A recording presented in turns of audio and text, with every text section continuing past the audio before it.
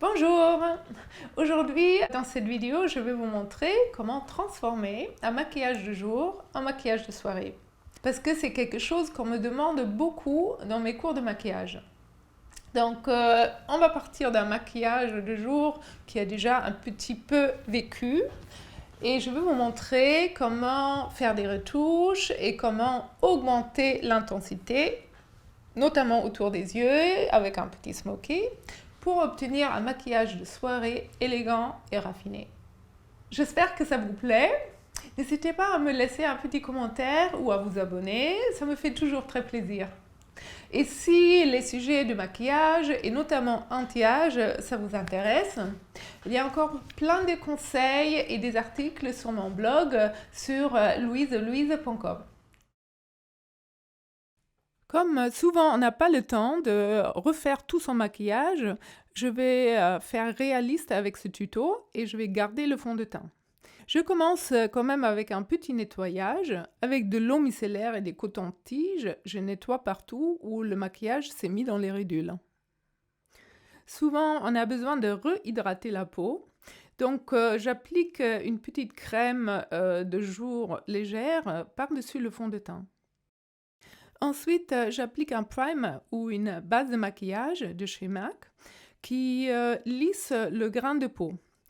J'applique une toute petite quantité, surtout au milieu du visage et sur les joues, là où je voudrais lisser la peau.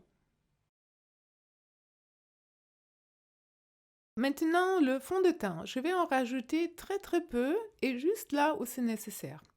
Je me sers d'un produit dont je ne peux pas encore vous parler, mais je vais le faire très bientôt, je vous le promets. Entre-temps, vous pouvez trouver un fond de teint alternatif qui marche aussi très bien. Vous pouvez trouver ce produit-là dans le texte qui va avec cette vidéo. Pour une application toute légère, je me sers d'un pinceau bifibre et j'applique le produit du milieu du visage vers l'extérieur. En anti-cerne, j'utilise un produit Estée Lauder qui est vraiment un excellent produit anti-âge. Je l'applique avec un pinceau parce que je voudrais en utiliser juste une toute petite quantité et juste là où il en faut. Alors, c'est-à-dire là où la peau est un peu violette, dans le coin intérieur de l'œil. Je l'applique en petites touches et puis j'estompe bien sur toutes les démarcations. Si vous voulez savoir plus sur les anti-cernes et anti-âge, vous pouvez aussi regarder sur mon blog où j'ai posté un article il n'y a pas très longtemps sur les meilleurs produits et les techniques d'application les plus efficaces. Avec l'anti-cerne qui est assez couvrant, je retouche aussi les petits rougeurs et les imperfections là, autour du nez, sur le menton, sur le front et partout là où c'est nécessaire. Pour poudrer, j'utilise une poudre de clé de peau, une marque japonaise qui fait des excellents produits pour le teint. Ma poudre, elle est incolore, elle donne un rendu assez mat, mais parfaitement transparent. Je vais poudrer la zone T, c'est-à-dire le nez, le milieu du visage et le front, et là où je veux lisser le relief.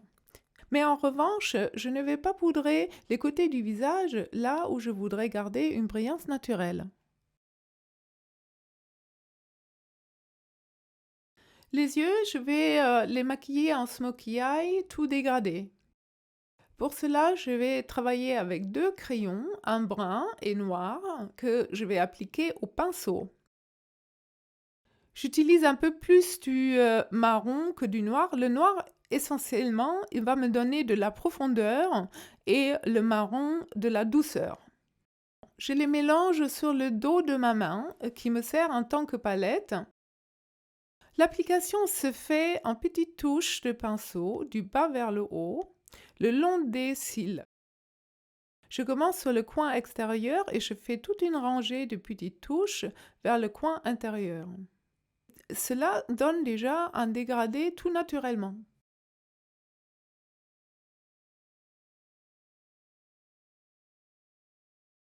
Avec mon pinceau estampeur, j'estompe surtout les démarcations vers le haut et vers l'extérieur. Donc, je reprends un peu de produit et maintenant, je monte plus haut dans mon application. Donc, pour faire un smoky eye qui est plus grand et plus intense. Toujours la même technique d'application en petites touches, mais sans appuyer très fort cette fois-ci pour obtenir une belle transparence. Donc là, je vais travailler l'œil vers l'extérieur et vers le haut pour le remonter. Je reprends mon pinceau estampeur pour flouter les démarcations. Ensuite, je intensifie le bord de la paupière. En fait, c'est un travail en étapes qu'on floute et on intensifie jusque qu'on a obtenu l'intensité souhaitée. Pour intensifier mon smoky, je vais appliquer un fard à paupières qui est noir et légèrement pailleté. Je l'applique avec un pinceau et je commence toujours sur le coin extérieur et je fais encore une fois une rangée des touches le long des cils.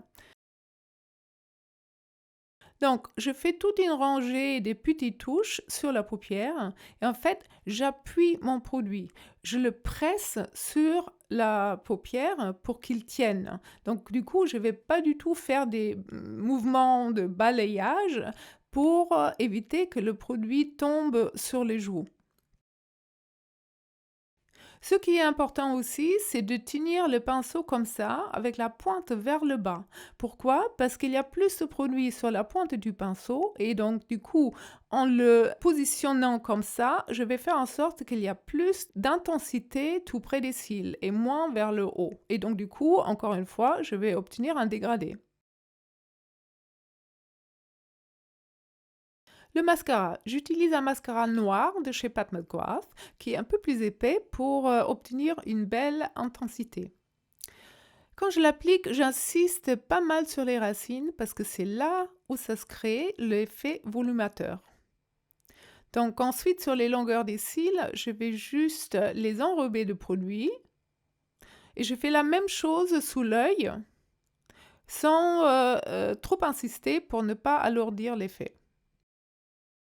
Je reprends mon crayon noir, cette fois-ci pour dessiner sur le bord intérieur, pour encore plus d'intensité.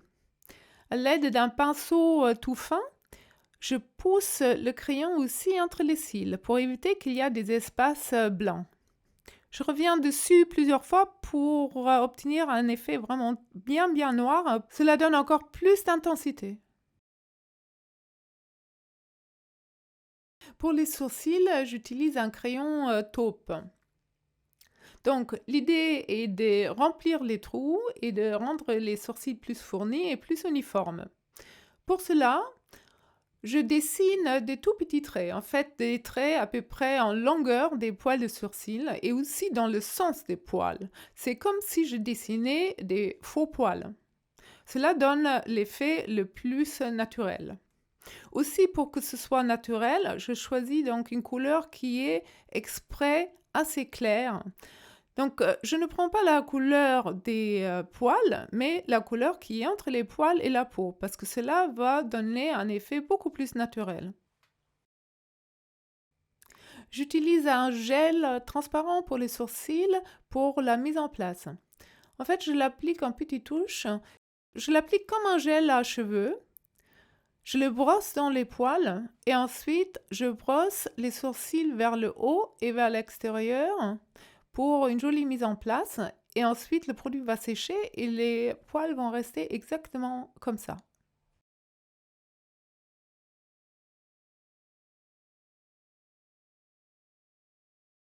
Pour le blush, j'utilise deux fards, un fard rose et un marron que je vais mélanger. L'idée est de sculpter et donner de la structure, donner du relief.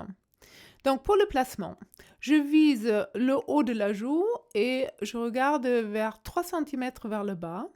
Et c'est là où je vais appliquer mon produit en petites touches. En fait, j'appuie mon pinceau pour faire tenir le produit. Je pousse le fard dans la peau. L'idée est de creuser légèrement la joue, de intensifier sa forme, sa courbe naturelle. Évidemment, je vais toujours garder la main légère pour garder un effet naturel. Ensuite, j'estompe tout autour, mais en faisant attention de garder l'intensité au milieu de ma zone d'application. Pour la bouche, j'utilise un rouge à lèvres Lancôme. En fait, pour un maquillage des yeux, un smoky aussi intense, je préfère utiliser une teinte qui est juste un nude un peu plus intense que la couleur naturelle de la bouche. Moi, je l'applique au pinceau pour plus de précision, mais évidemment, vous pouvez aussi l'appliquer directement. Je prends un crayon à lèvres de la même couleur que mon rouge à lèvres pour dessiner le contour de la bouche pour obtenir encore plus de définition.